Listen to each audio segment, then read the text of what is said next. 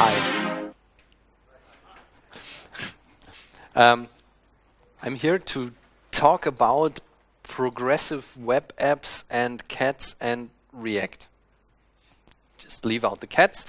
So what is this about? This is progressive progressive web apps applied to React. So what do you need to think about when you are implementing your React application and you want it to be a little bit progressy?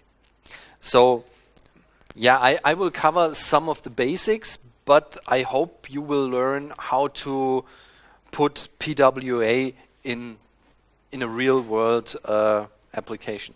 I've brought you two very small PWAs made in React, so yeah, I can show you some code.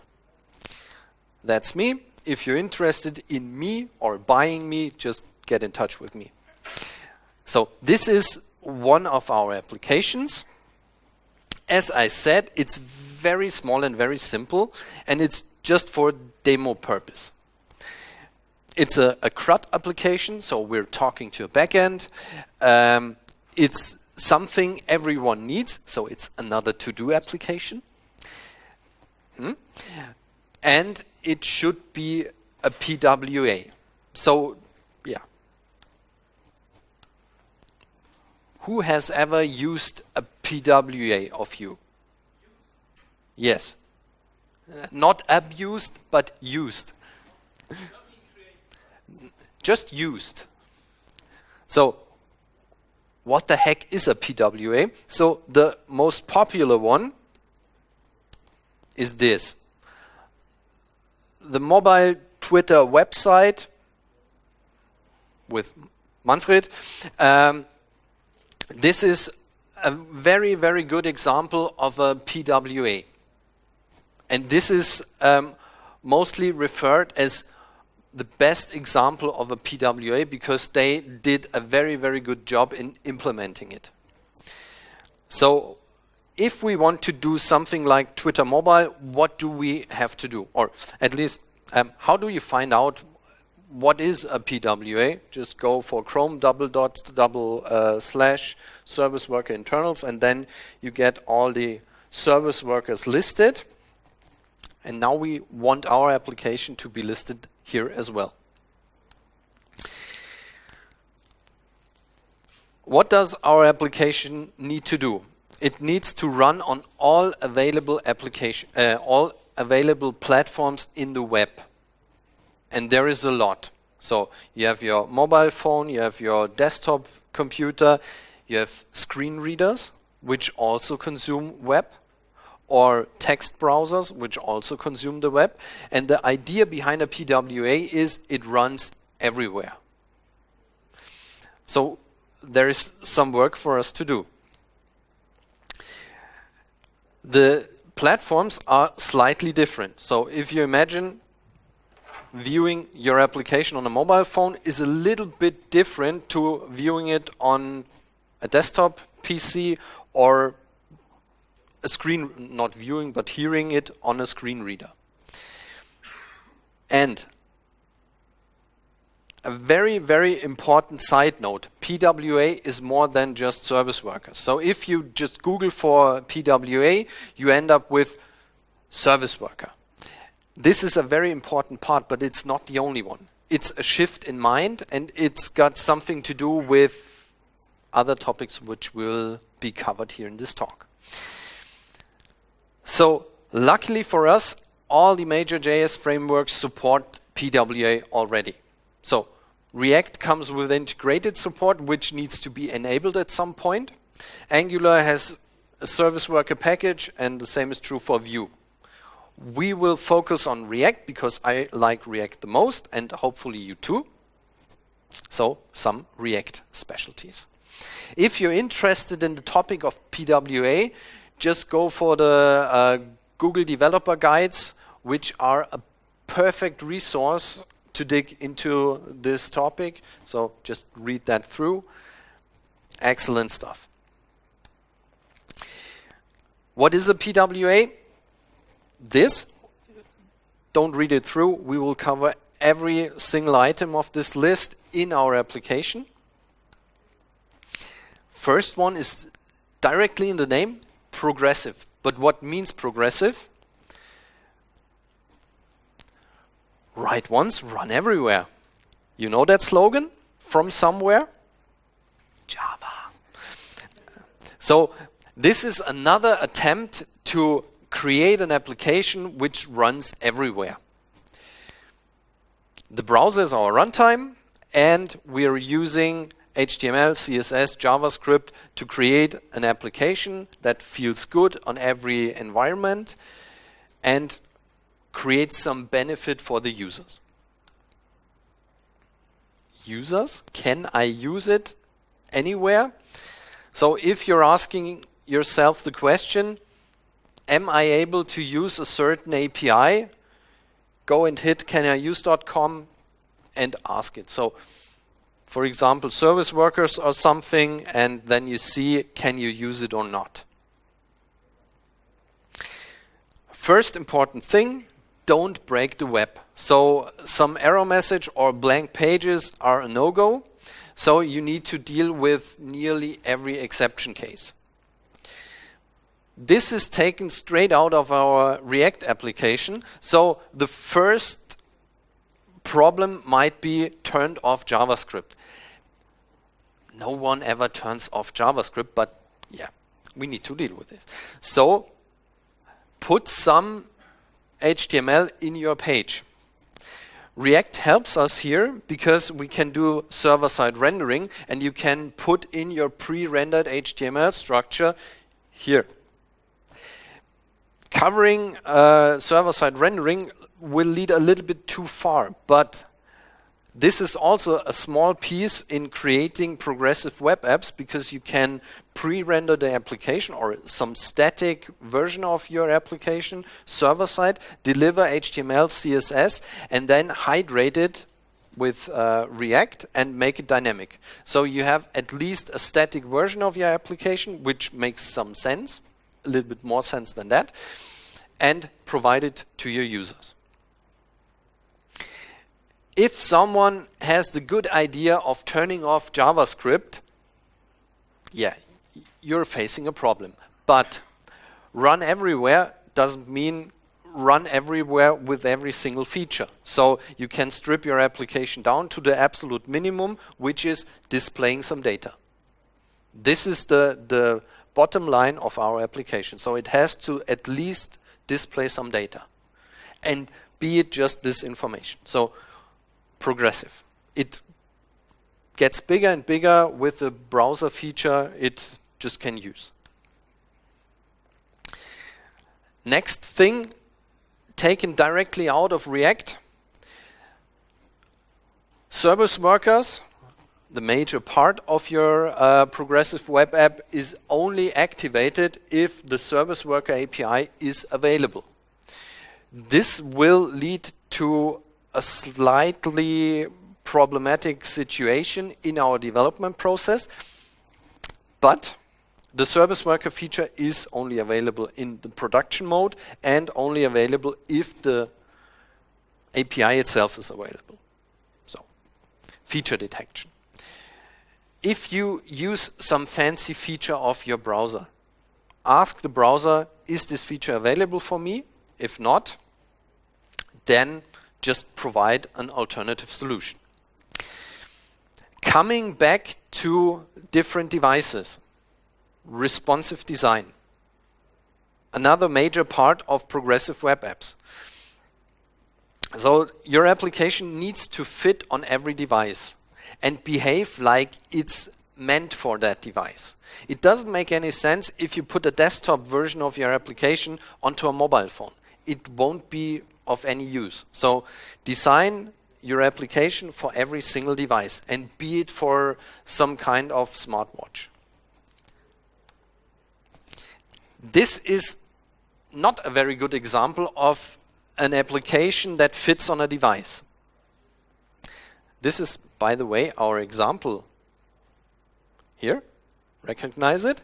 If you reduce the screen size, then it should at some point react to this screen size reduction and behave in some useful manner. So this doesn't make any sense because we cannot read anything and we cannot interact with our application, so we have to do something. Put your application to a certain platform means behave like it's designed for it. You can use media queries and breakpoints and design your application, for example, for a mobile phone or a tablet or something. These are the suggested breakpoints of Material.io, the design guide from Google for Android. Don't use every single breakpoint because they are way too much. Pick 2 or 3 of them and optimize your application for those and everything's fine. Luckily, there is some assistance for you. For React, especially, there is Material UI, which is the material implementation for React. So you have a number of material components that are implemented in React. You have some styling assistance, such as styled components, which you can use in order to make your application responsive. So you don't have to solve the problem on your own, but just use some predefined component libraries. Especially useful is this Material UI grid, a grid system which is responsive. In the implementation, it looks like this.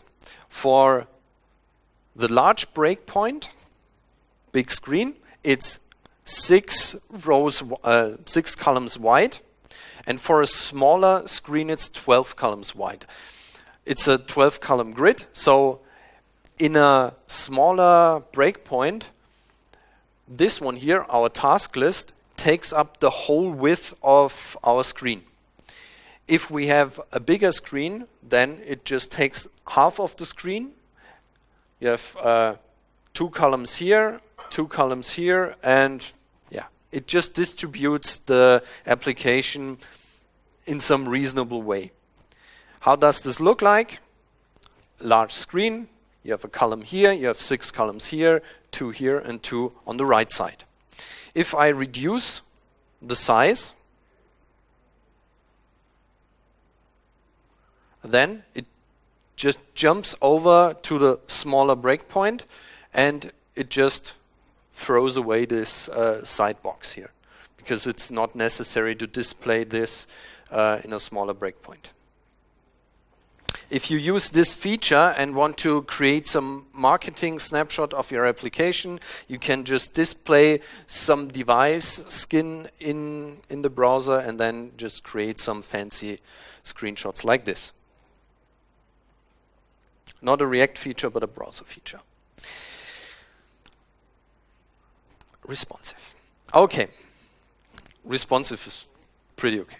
So now it gets interesting because we need to deal with connectivity. Client-server communication, as usual in the web, but PWA means this connection can be interrupted at any point.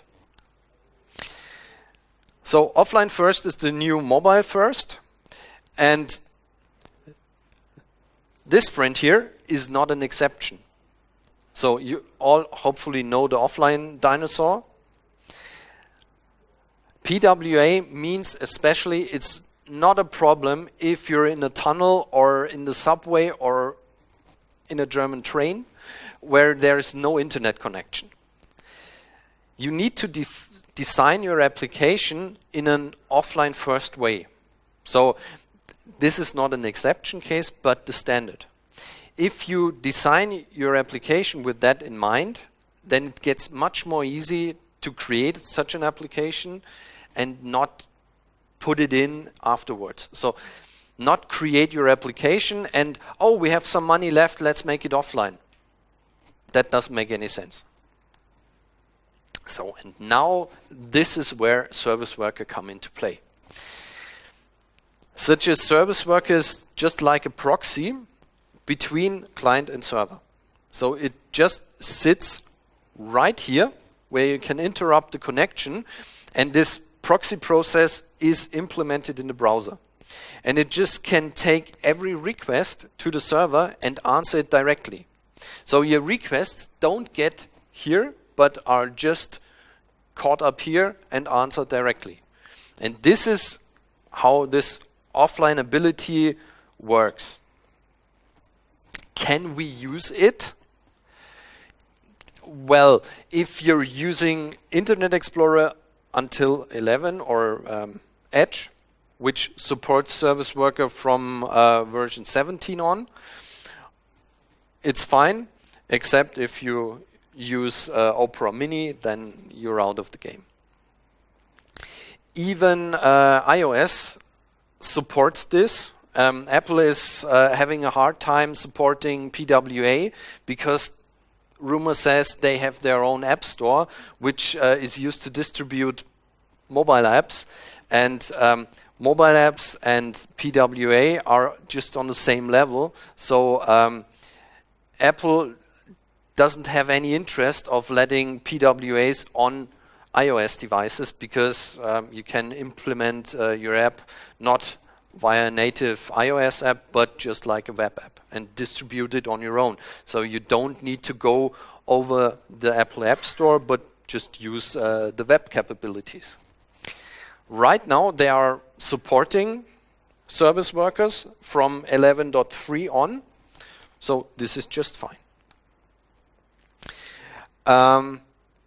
Very important side note, use HTTPS to test it.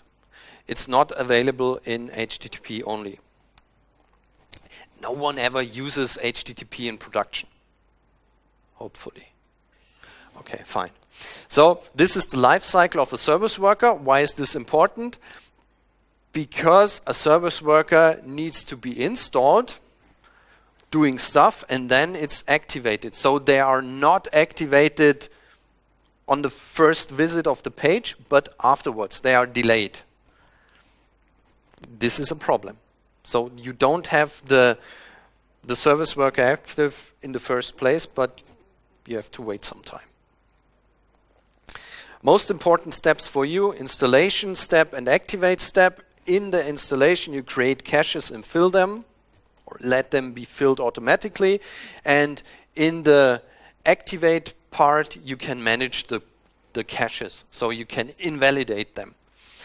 This caching mechanism is mainly for static assets, such as images, HTML files, JavaScript files, CSS files.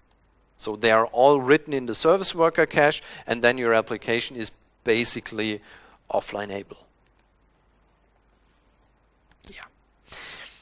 How can you debug this stuff? Just go to your DevTools, application, then service worker, and then you see nothing. Your application in development mode does not have service workers enabled by default. What does a service worker do? It caches. What don't you want in your development process? A cache. Why not?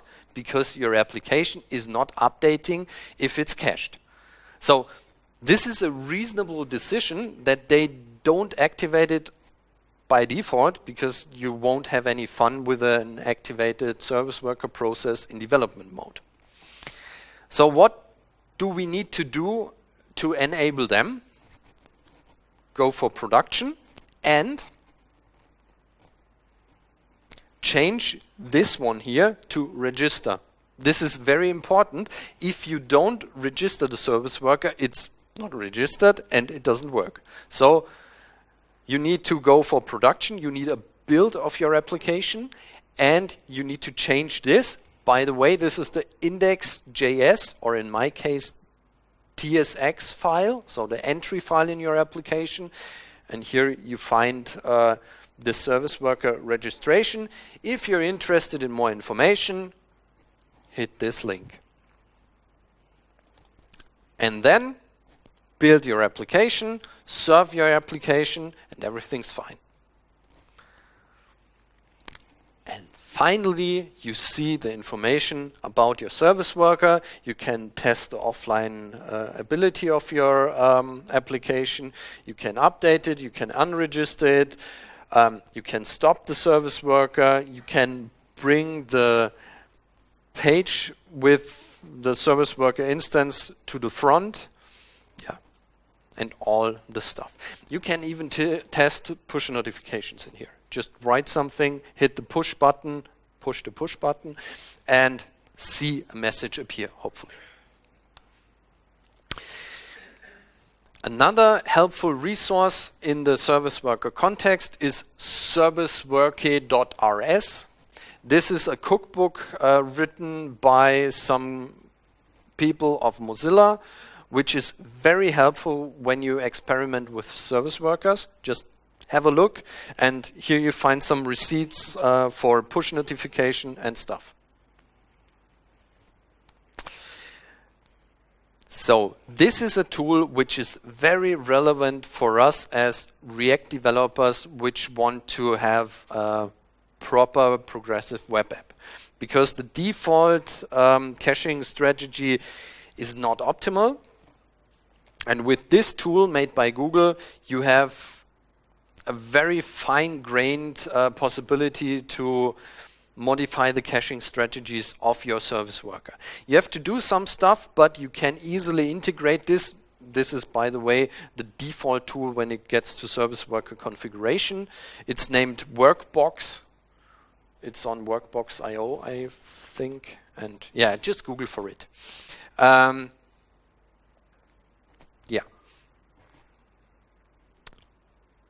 I just created some script in order to mix up the new configuration. So you need to change some stuff in your application. And this is the configuration for Workbox. So this is just an easy example. I want to inject a file with the proper configuration, which is here. And here you can change or choose certain caching strategies for certain paths in your application. In my case, I just created a cache for images. I named it images. I used the cache first strategy. So a request first hits the cache. If the file is in the cache, then it gets delivered directly out of the cache. So it doesn't hit the network connection. The cache has at maximum 60 entries. So there are only 60 images cached. And the lifetime is 30 days. And that's it. So it's that easy to cache certain files. And we have a regex saying everything that ends on PNG is cached in that cache. Up to 60 entries for 30 days, and that's it. And you can easily create caches for HTML, for JavaScript, and stuff like that. Update process is running automatically in the backend, transparently for you, so you don't have to deal with it. If there is a new version of the service worker file or something, then it gets automatically updated and you don't have to deal with it. So far, so good. So configuration is relatively easy, but we have another problem. What about dynamic requests? So API requests. We need, in our example case, our to-do data, which comes from a certain API. It doesn't make any sense to cache first an API, because then it doesn't get updates. So we need to think of an alternative for this one. So we need to take care of persistence in our application. The easiest way is to write the data, the dynamic data of our application into the IndexedDB, which is a browser default for storing large amounts of data. which can be used nearly everywhere, in nearly every extent. Yeah. But you don't want to mess around with the IndexedDB because it doesn't have a nice API. It's callback based. You need to deal with version management and stuff like that. Luckily, there is something called Dexy, which is an abstraction library for IndexedDB, which can be used easily in your application. And if you want to integrate it into your application, you can do it like this. So this is a custom hook which talks to the server. We have a GET request here. If we are online, your browser knows whether it's online or not. We can talk to the server. As soon as we have the data back, we clear our local database. So this is the abstraction layer for the IndexedDB, which comes from this one here. This is just a wrapper around Dexy, which creates an IndexedDB table with this index structure and just gives me a handle on that. So I clear my current database table and I do a bulk add with the data I got back from the server. So I throw away all the old data and write the new data into my cache. If I'm not online, I go to my previously stored database, convert it to an array, and work with my previously cached version. So this one is the online version, this is the offline version. And that's it. Nearly. So if this is the reading process, this is relatively easy. You will get in trouble if it comes to writing data because you need to deal with synchronization. So just imagine I'm sitting in a train traveling through Germany, don't have any internet connection, and I'm creating some information. Hit the save button, nothing happens because of no internet. Then I arrive at the train station and, for example, you produced in the meantime some other data entry. I arrive at the train station, got my internet connection back, and I get the online event and my application tries to sync itself with the server. We have a conflict. You just created a new entry, I created a new entry, and what happens? So my application's backend needs to deal with the conflict. And we have different conflict resolution strategies, which the most easy one is last write wins. So you created the entry previously, and then I arrive at the train station and I just overwrite your previously generated entry, which is okay, but not feasible in any case. Better solution would be I get presented a message, hey, we have a conflicting entry, this is your version, this is the version from the server, tell me what to do.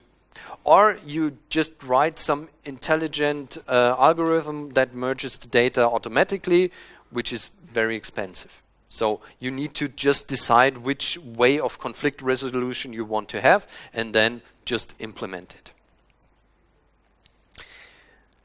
However, there is also a solution for that. You can go with PouchDB, which is a client-side database that is able to sync itself with a server-based CouchDB, which might solve your problems and is easily integrated in our application. So, how do or where do we implement this data handling mechanism? So the conflict resolution and stuff like that. Two possibilities, either the service worker or in our application. Any suggestions? What's the best place to put this data handling stuff in?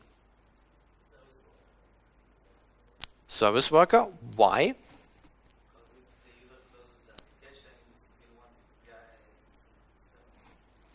Yes. What's the downside of your idea?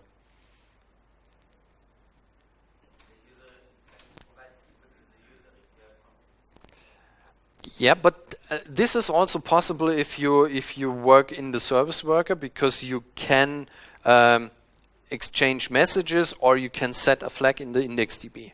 That's not the big problem.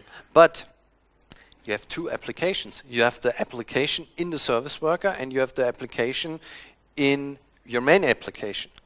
So you have to think about if you want to duplicate, or not duplicate, but have two applications. One backend on the client side and one front end on the client side.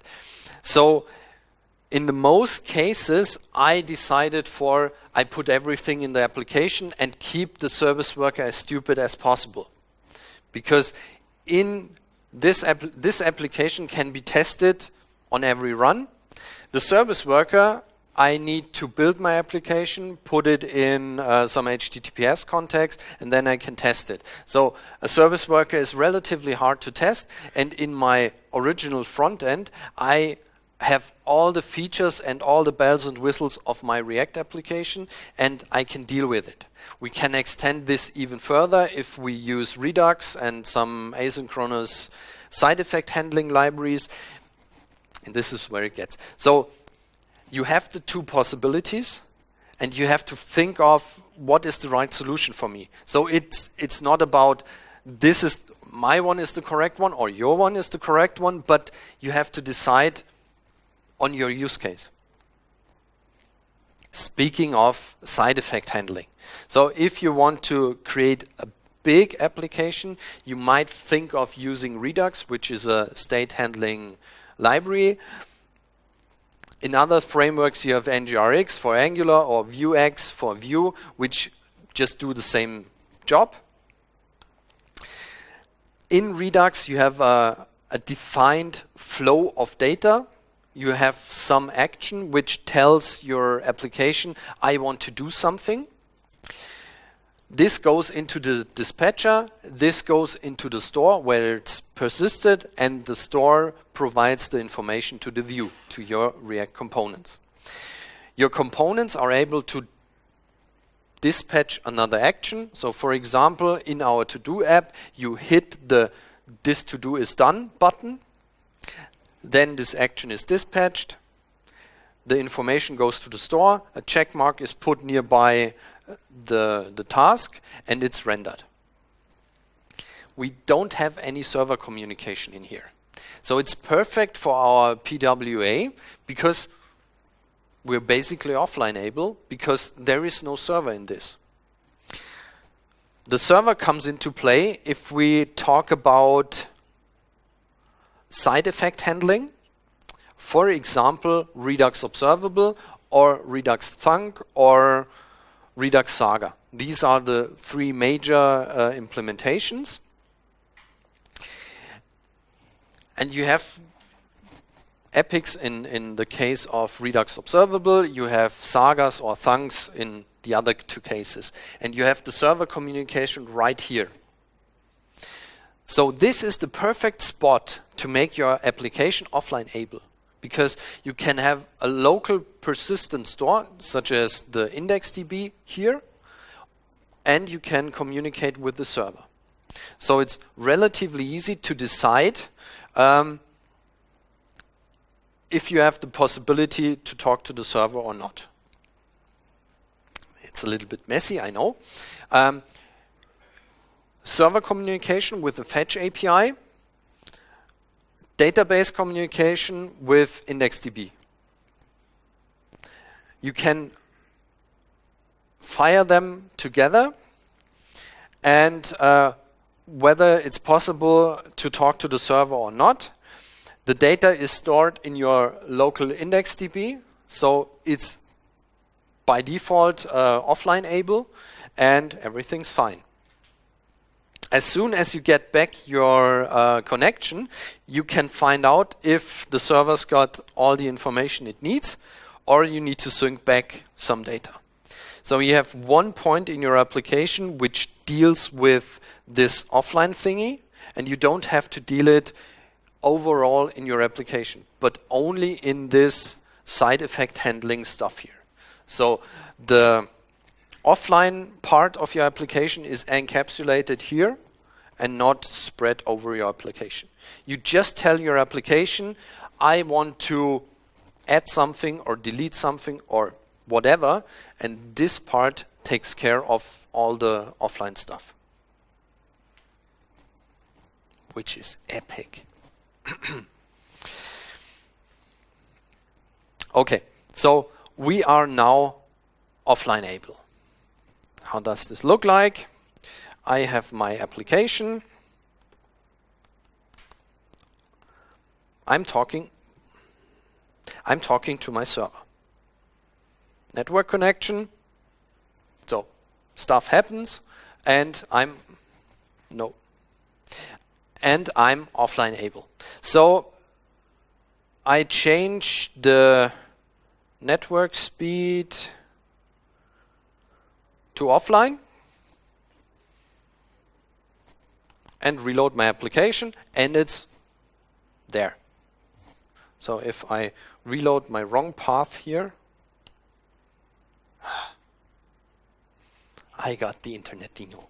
So we can play around, but we don't have any internet connection. So my PWA just works as expected. Can we go back online? This happens because this /game is my routing part, and I don't catch this part in my service worker cache, so it just hits the internet and goes boom. Okay, this is how the offline ability works with the whole tech stack. You need to think of if you need Redux and all the stuff, or if it's easier for you to just catch your requests directly in the application. That's up to your application. Bigger ones, go for Redux. Smaller ones, use it directly in your custom hooks and stuff. Okay, your PWA should behave like a native app. Not a native mobile app, but a native app. You have desktop applications, you have mobile applications, you even have command line applications. So you need to deal with that. And PWA supports you in this by it lets you define how the browser looks like if your application is installed. So you can either go with full screen, that is only your application, no browser, or you can go with browser, that is application with browser. And you have intermediate steps with reduced browser context. This is my fancy application in full screen mode. So you don't see any browser feature here. You have no back button, you have no address line, nothing. You can hit F12 or some shortcut to open the DevTools and fiddle around with it, but at the first glance you don't see anything of your browser, which is fine.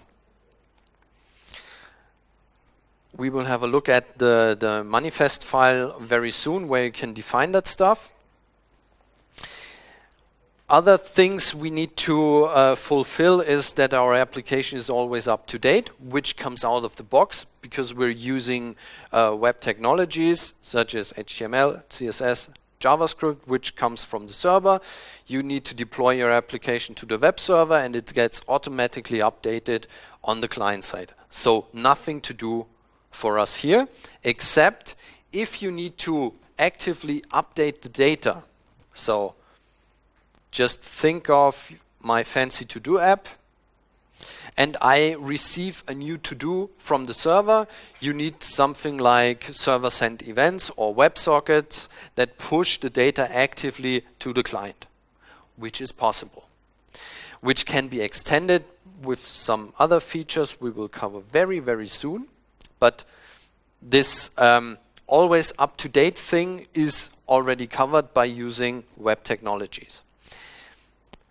Always use HTTPS for some reason, because service workers, payment request, push is disabled by default if you deliver your application in HTTP without encryption. So not secure means not PWA. Yeah, well, in some extent you have a PWA, but not the whole feature set. In our testing environment, you can create a small NPM script which allows you to test it in your local development environment. You just need a package called HTTP server.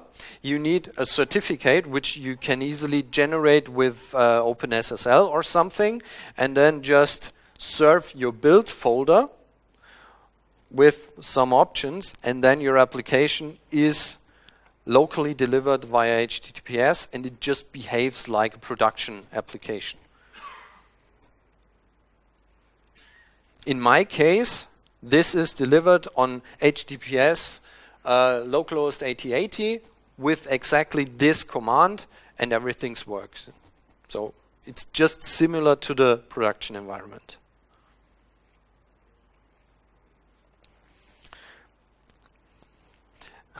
I have a preserve script. You have 3 steps of NPM scripts: a pre, then the actual step, and then a post step. The preserve or pre-serve step builds the application. The serve step serves the application from the build folder. So I just need to yarn serve, and then the application runs in production mode. Your application needs to be identified as a PWA. And some of the search engines are actively looking for a PWA. The most popular one is Microsoft. They have the Microsoft Store, and if you create a really good PWA, thank you, it gets indexed by the Bing search engine, and it gets listed in the Microsoft Store for free. So create a good PWA, and you're able to install your application over the Microsoft Store on any Windows system out of the box. What do you need for that? Manifest file and an active registered service worker, and that's it. And then some features. Now it gets annoying because your application needs to be re-engageable. You can send your users notifications, not in-browser pop-up notifications, but real system messages. With the push API, you can use the notification feature of the browser or the system to send messages. The browser doesn't have to be in the foreground, but it just needs to run. Here, the perfect example, my browser just is in the background. And with this push notification API, I'm able to send notifications to my browser, even if it's not focused. The idea behind is that if there is some new content, you can notify the user, can send a link to the user clicks on the link, and the application goes into focus. So that's re-engageable. Be very careful with that feature, because if you send your users 5 messages in a minute, your application will be deleted and you will get blocked by the user to send notifications.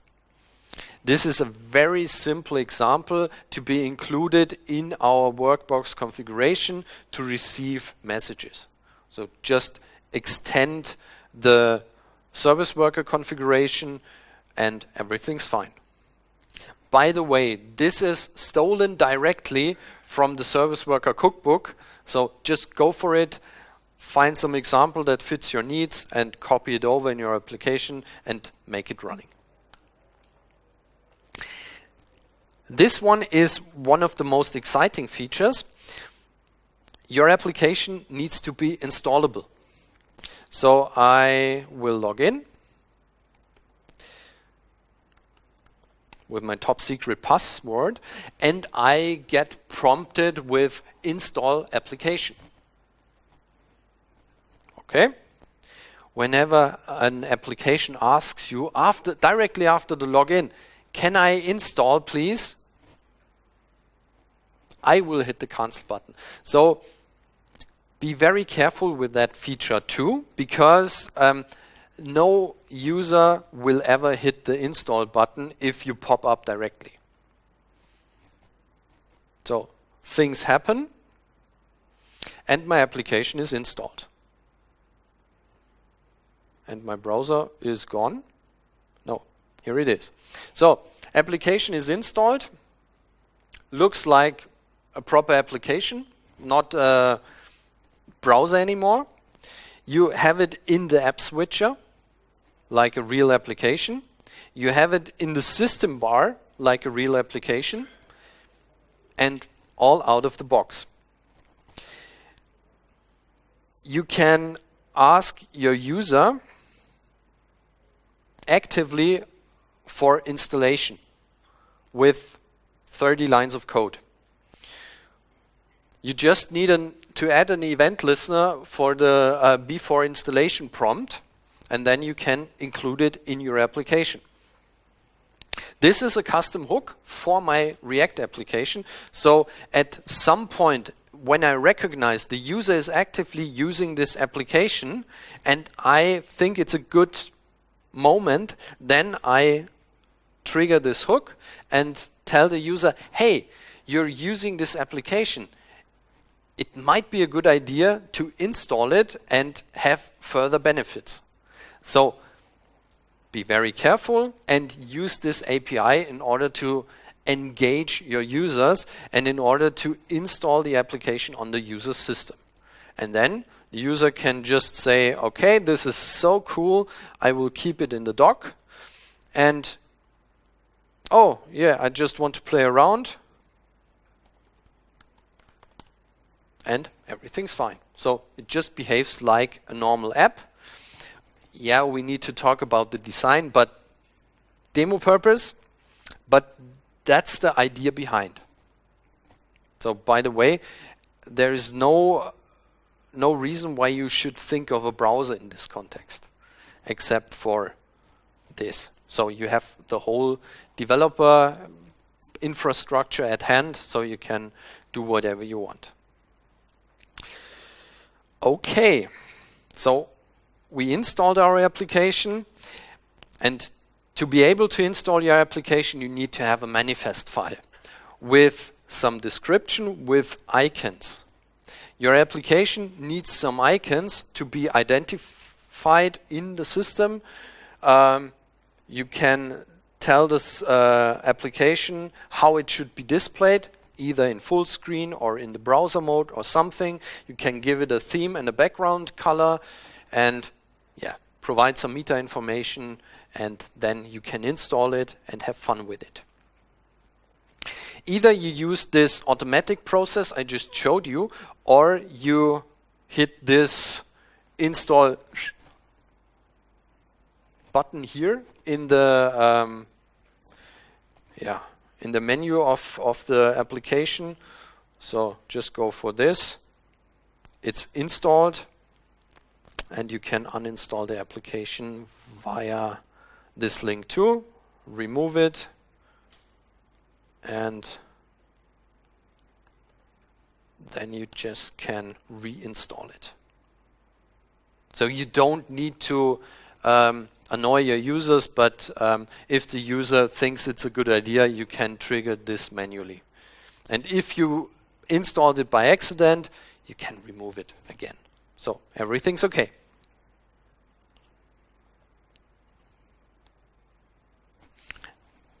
this is an icon you provided. So don't use just emojis, but reasonable icons. So the user knows your application, the user knows how to find it, and yeah, just create a brand over your application and pull it through. This one comes out of the box as well because we're using web standards, HTML, CSS, JavaScript. But if you use a router in your application, such as the React router, use the history API. This is the suggested way of navigating in an application. Every user, every router of every JavaScript framework supports the history API, which is the modern feature, or the hash navigation. Don't go for the hash navigation because Google just says, not a good idea. So React router supports everything. You can use the React router in your PWA, no problem, just as you saw in my earlier example. This is using the React router and the history API. Last question, how much of an PWA is our application? There are multiple ways to find out. First one is the Google checklist. So this is a checklist which gives you some hints what to check in your application. So for example, site is served over HTTPS. What do you need to test and how to fix this? You've got plenty of information on every topic. Yeah, just try it out. This is a manual process, and manual processes are not that good. So there is a tool called Lighthouse, and luckily this is included in every Chrome browser. So we can just find out how good our application is. We just hit our PWA, go for audits, Lighthouse, and you can perform various audits. Performance, progressive web apps, best practice, accessibility, SEO. Yeah. Run. Multiple tabs are being controlled. Yes, you're right. Okay. Now it runs the audits on Twitter, and very soon we will see if they did a good job or if they messed it up.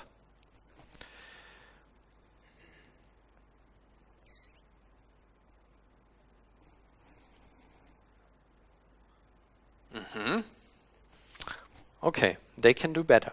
So here you see the current page does not respond with a 200 when offline. What can we do against it? Learn more. So for every failed test, there is a learn more link where you find out what to do better. So it doesn't leave you with a, you messed it up, but this is how you can improve. And yeah, this is how it goes. So I'm so worried about, I think we cannot test it in the local environment.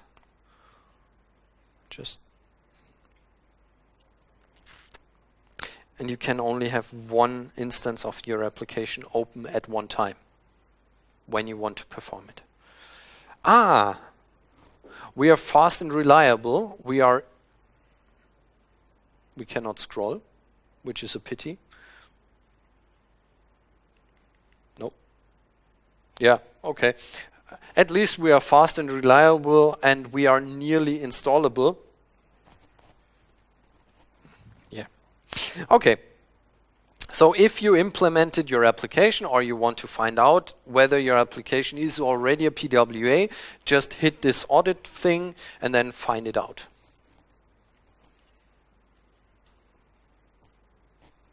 This is how it should look like. Yeah, this is cool, and yeah, this should be the output. And then you can go home and feel good. This should be...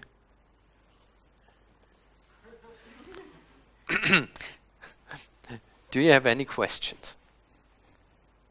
Yes.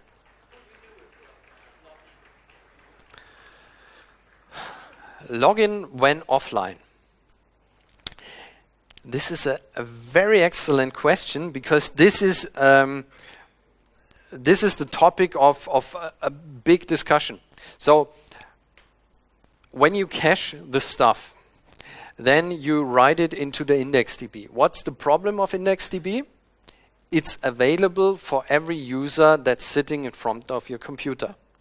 So there are multiple solutions for that problem. You can either encrypt the content of the IndexedDB and use some decryption key, and you have to deal with it. So if you're offline, you don't provide a login form, but some kind of decryption feature that decrypts the content of the IndexedDB, which is one solution. Or you don't cache secure data, but only public data, which is another solution. Yeah, and there are various solutions. But yeah, this is a very good question, because you need to deal with that. Any further questions? Yes, please. What about file sizes for IndexedDB? How much size can I cache? It depends on the browser. And there is... Google knows a list of the file sizes of the browser, because they are changing over time. I don't know. I didn't run into problems with file sizes. So, yeah, you need to find it out. We did a test with a 1 gigabyte file, and it was okay. Yeah, that should be fine. iOS just closed the browser when we tested it. Yes. So you said there are notifications to try and get users to install your app. Yes. That's the way to do it. But we didn't really see another way of doing it. Finding the right time to do a pop-up. Is there a way to embed that in your site to be install? No, there is no way to embed that into your application. You can embed a button that triggers this installation dialog. The installation is a browser feature, and the browser keeps it in the browser context in order to keep it secure. So if you have an XSS or some vulnerability on your page, you don't want to have the attacker the ability to install the application on your system. So the browser keeps it in the browser's context. The same is true for the payment request API and all the security relevant APIs. So no. The same is true for example, for the blocking of notifications and stuff like that. There is always this ugly browser notification box. Do you want to allow or block notifications? You cannot go by this one. So can you disable the pop-up and have a button that triggers it? Yes. Goes into your site? Yes. You can do that. Okay. Any further questions? Then thanks a lot for listening. If you have any questions, either come here or write me an email or contact me on Twitter or something. Yes. Thanks a lot, and some of the examples are on my GitHub account. Just go there and find it.